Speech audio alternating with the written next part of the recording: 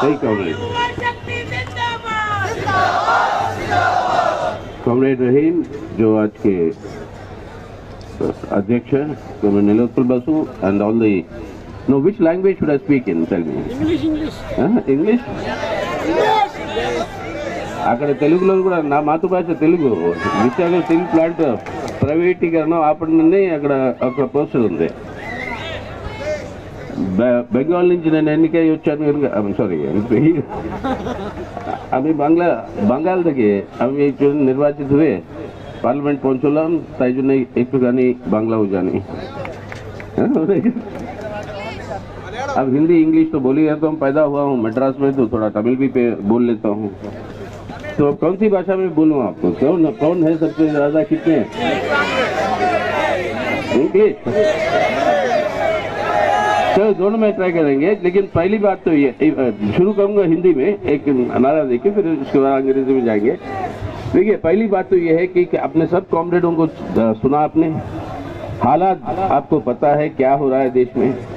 मैं सिर्फ एक बात कहने के लिए आया हूं आपके सामने कि देश का भविष्य क्या होगा वो देश का नौजवान तय करेगा, और नौजवान तय करेगा का मतलब है बिना डीवाईएफआई के देश का नौजवान का कोई ताकत और शक्ति नहीं है।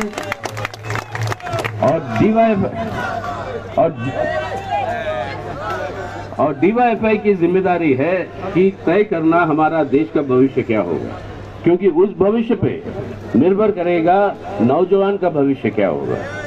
यानी देश का भविष्य और नौजवान का भविष्य जुड़ा हुआ है। तो इसलिए आपकी जिम्मेदारी है, ये देश आपका है, आपकी जिम्मेदारी है किस तरीके की भारत इंडिया चाहिए हमें। And that is why you have to decide what sort of India we want. You are the future of India. Future India is your own future. So how this India will be, that you have to define, and in defining that India, you have to create that India. And in creating that India, many years ago, many decades ago, we gave the slogan, jobs for all, education for all. अभी सुना आपने, सबको शिक्षा सबको काम। नारा वहाँ बंद नहीं होता। मोदी सरकार को आपको कहना है, सबको शिक्षा सबको काम, वरना करेंगे नींद हराम। मोदी सरकार की नींद हराम करनी है, और वो करने की ताकत सिर्फ नौजवानों के हाथ में। और आप ये नारा के आधार पर आपको आज एक नया भारत की निर्माण करने की जरूरत है।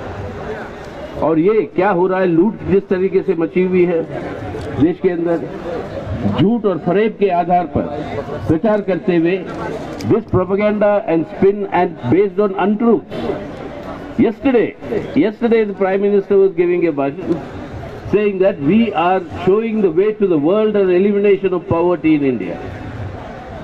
A complete hoax that he is playing, and when all of us know that 2/3 of the global poor that have grown during the last 2 years, 2/3 of them come from India. Poverty levels have gone up, hunger levels have gone up, unemployment of course is soaring. So in this situation, it is not a question of changing the policy. This government will not change the policy.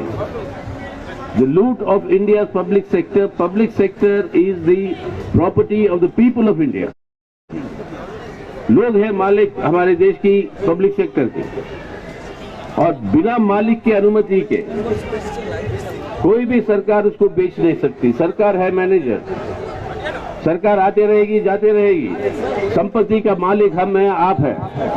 बिना हमसे पूछे कोई manager अगर इस संपत्ति को बेचता है, लूटता है, तो इस मैनेजर को उखाड़ फेंकना है और इसको हटाना है, तभी हमारे देश को हम बचा पाएंगे। So it's no longer a question of pressurizing this government to change policy. The point is, this government we have seen through these last 8 years is bent upon looting India. He is bent upon creating two Indias, one for the rich and one for the poor, and is bent upon ruining the lives and future of our youth. Now this cannot be allowed. If this cannot be allowed, then this government must go, otherwise India cannot be saved, and unless you save India, we cannot change India for the better in the future.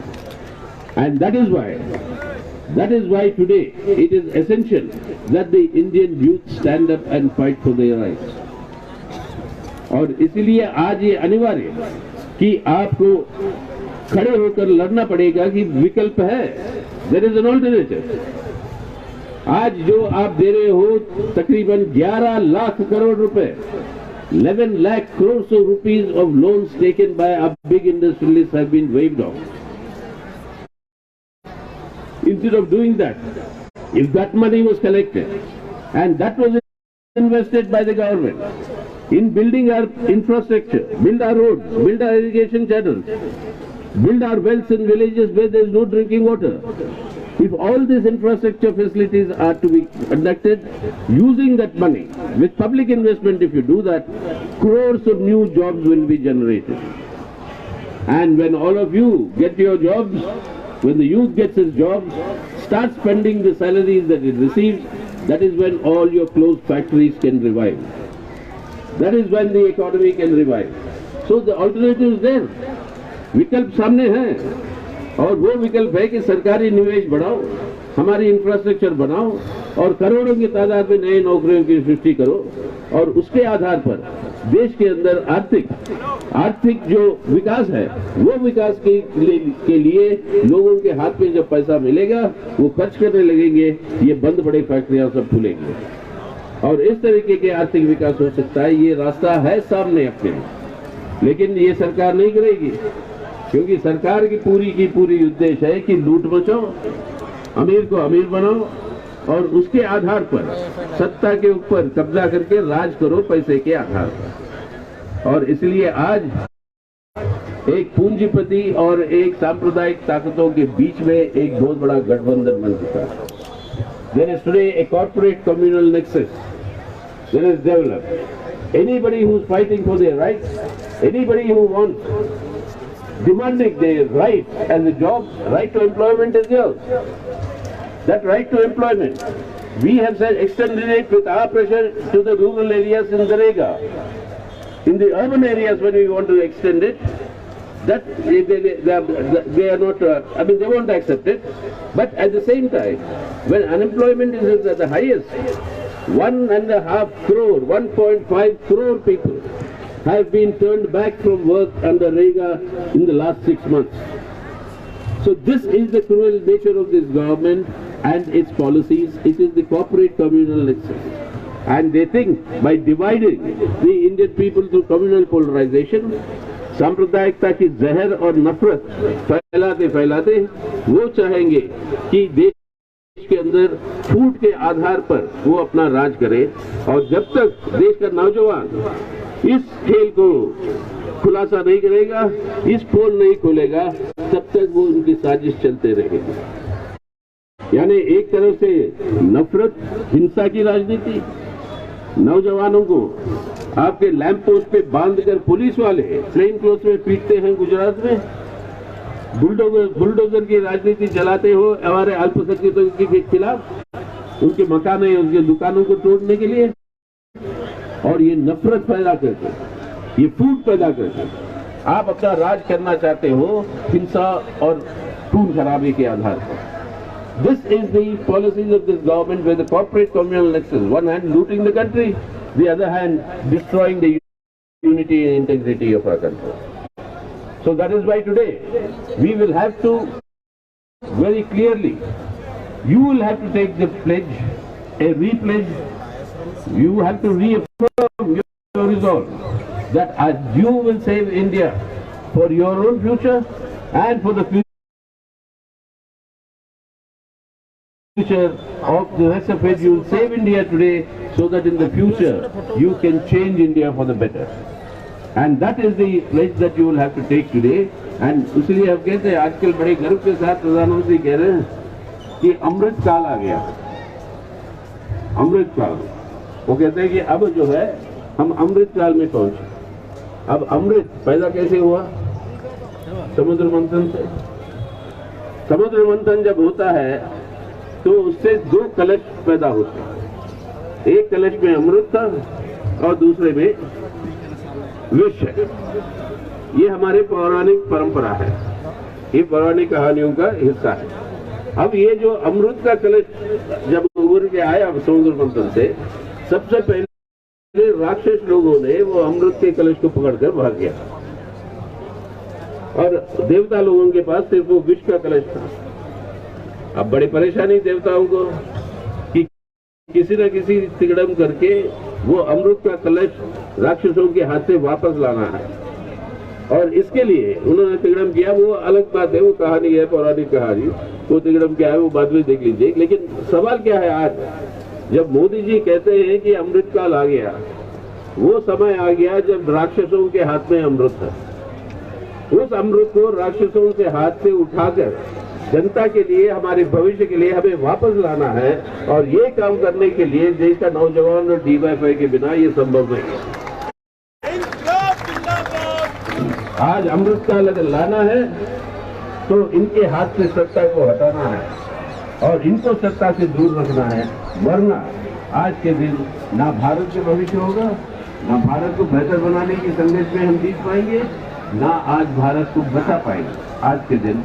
और इंसान को इंसान से लड़ाने वाली राजनीति को, इस राजनीति को जब तक हम हटाएंगे नहीं, तब तक इस देश की एकता अखंडता को बचाएंगे। So therefore the long and short of it, comrades, today is that on your shoulders rests the future of India. You will have to decide how determined you are to save India today, and on that basis to change India for the better tomorrow. And if that has to be done, the DYFI has to once again take the lead in mobilizing the youth all over the country. Not only in the question of where is my job, of course that is important, but also in the question of saving my country, my India, and want to change that country into a better country in the coming days, for which alternatives are there, what I just explained to you.